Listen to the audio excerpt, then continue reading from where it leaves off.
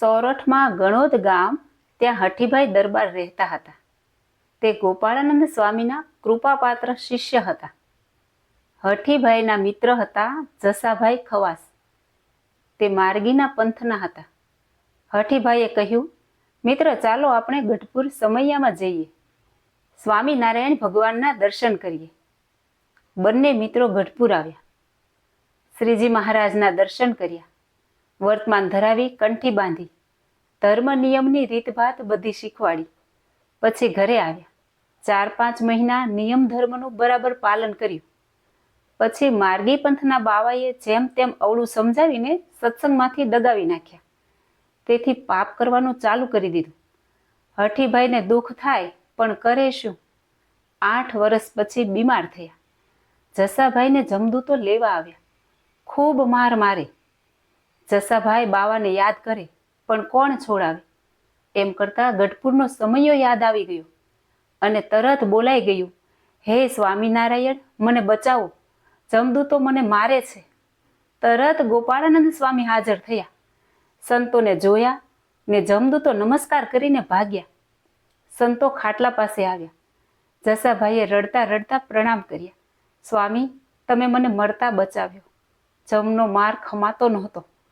ગોપાળાનંદ સ્વામીએ માથા ઉપર હાથ મૂકીને કહ્યું, રડો નહીં. જ્યાં સંતનો હાથ માથા ઉપર આવ્યો કે હૃદયમાં શાંતિ થઈ ગઈ. જસાભાઈએ કહ્યું, હવે મને ભગવાનના ધામમાં લઈ જાઓ. સ્વામીએ કહ્યું, અક્ષરધામ એમ ન મળે.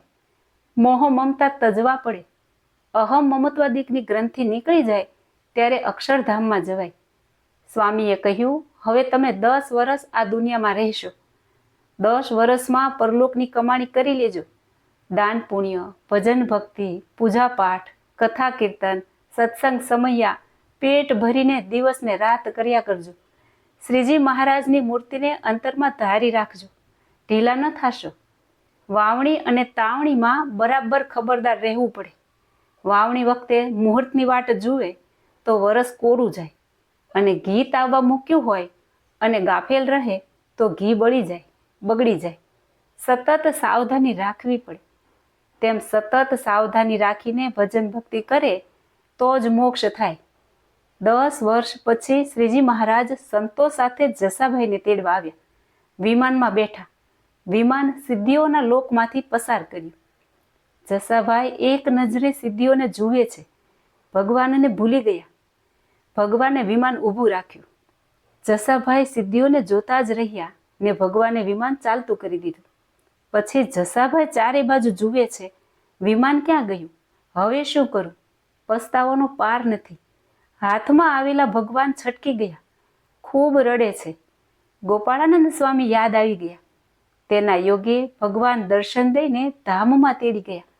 ગોપાળાનંદ સ્વામી જેવા સંતોમાં નિષ્ઠા અને ભાવના રહેશે તો ગમે તેવા બંધન આડા આવ્યા હશે તો સંતો છોડાવીને ભગવાનના ચરણમાં પહોંચાડશે. ભગવાન આપણને કસણીમાં રાખે તેમ તેમ વધુ રાજી થવું જોઈએ. ભગવાન જેમ જેમ વધુ દુઃખ દેશે તેમ તેમ વધુ મારે વશ થશે. પલ માત્ર મારાથી છેટે નહીં રહે એમ સમજીને જેમ જેમ ભગવાન અતિ કસણી દેતા જાય તેમ તેમ અતિ રાજી થવું.